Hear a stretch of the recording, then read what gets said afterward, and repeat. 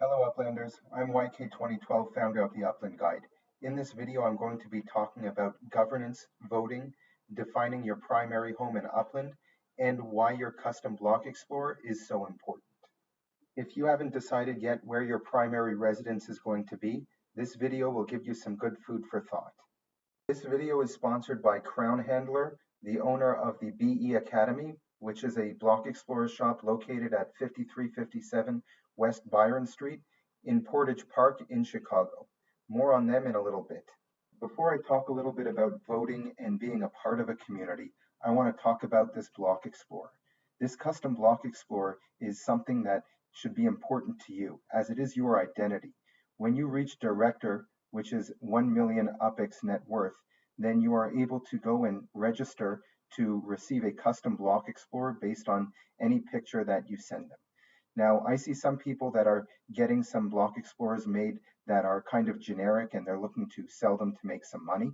But I remind you that this is your identity within Upland. This is your identity within the metaverse.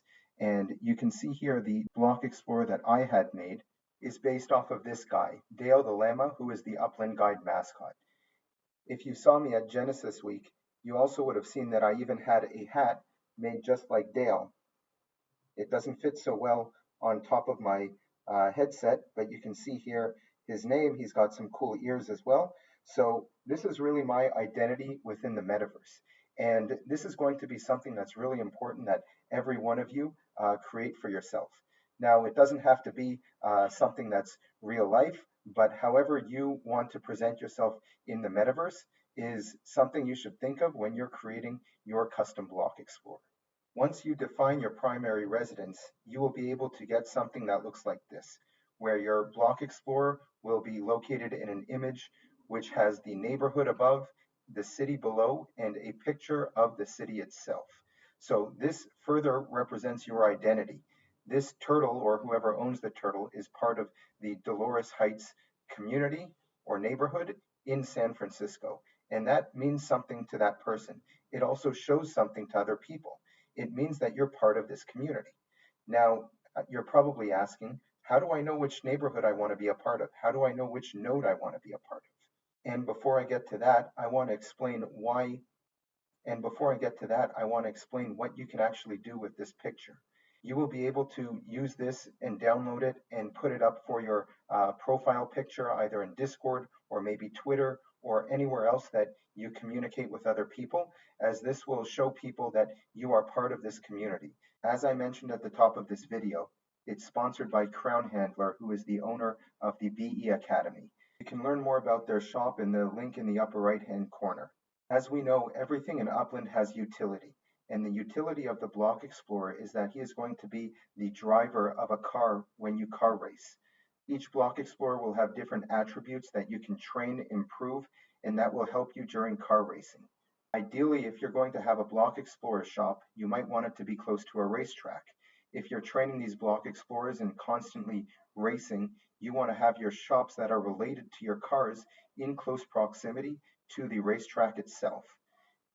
When you start looking at it like this, you are able to see that there is a huge economy that is going to be built up around these races, whether it be block explorer shops, or maybe car repair shops, or custom trims, or maybe even spark stations, which might act as gas stations that you have to fill up your car. All of these things you're going to want to have in the area around your racetrack. With all this thinking and planning that goes on behind this and everything I just described, you are going to need a coordinated effort in order to plan such a thing.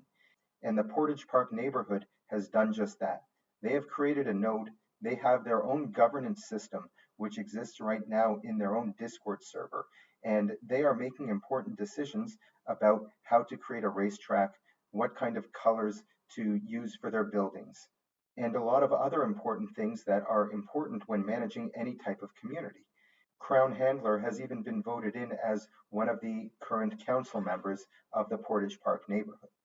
You can see here in the bottom right-hand corner is a racetrack that the members of Portage Park have designed, and this is something that they are going to be doing together as a community where they can create their own racing leagues and competition to engage members of their own community and have a lot of fun doing that. You can also see a lot of the development and homes that have been built here, they are all of the same type. They're all located in the exact same location here. The colors are all very similar, and you can see that a lot of these buildings are being built up around where you would see that this racetrack is going. So the idea is that they are really developing their neighborhood around something that is entertaining and this racetrack here. If you're looking to design your own racetrack for your own node or for something you have planned in the future, take a look at the link in the upper right hand corner as I give a lot of tips about what to think of when deciding what route your racetrack should take. In the future, all of this governance is going to be done through voting within Upland. Now, in order to be able to vote in a specific neighborhood, you're going to need to own a property in that neighborhood. In the future, you might be able to rent out a property from somebody else. Once you have that structure, you will be able to somehow define that as your permanent residence. Just like in the real world, you have your home, which you may travel from. Maybe you go to work and you travel maybe an hour. Maybe you go on vacation for a couple of days to a new city. But the idea is that you always return back to your home or your permanent residence. When it comes to voting, the idea is that you would be engaged in that community. You want to have your say in what happens in that community, in that city, in all of Upland. So there are going to be different levels of voting as well within Upland. You're not contributing to the community on a regular basis, and that doesn't mean that you're necessarily constructing more buildings there, and it doesn't necessarily mean that you own a meta venture, but definitely being a part of the community, participating in some of the fun things that the community might be doing, whether it be car racing or there's going to be cafes where people can come and chat. Someone in that community created a third-party experience leveraging the API, and that is the fun thing that everyone in Portage Park or a specific community is participating in. It might be that in the future, in order to retain your voting rights within that neighborhood, you're going to have to check in periodically or at least once in a while in order to be active, in order for you to have your say in that neighborhood. If you travel away for a long period of time, you might have to wait a certain cool down period when you come back before you are able to vote again. The same thing, maybe if you want to move your permanent residence from one neighborhood to another neighborhood in a different city, you might have to wait a specific period of time before you are able to vote in that new neighborhood in that new city. Upland has spoken a lot about friction, and by friction, I mean the requirement that it takes time and money in order to travel between cities. Also, within a city, there's going to be in the future real-time movement. So to get from one end of the city to another end of the city is going to take a long time. And this is one way that Upland is really creating these communities. When you define your permanent residence as Portage Park, that means that you are buying into that community, you are buying into what they are doing. So Portage Park has a racetrack, they've got some Block Explorer meta ventures, they've got a number of fan shops as well. I don't know what they have planned in the future, but this is absolutely a community that is already built with a governing body, and they are very organized.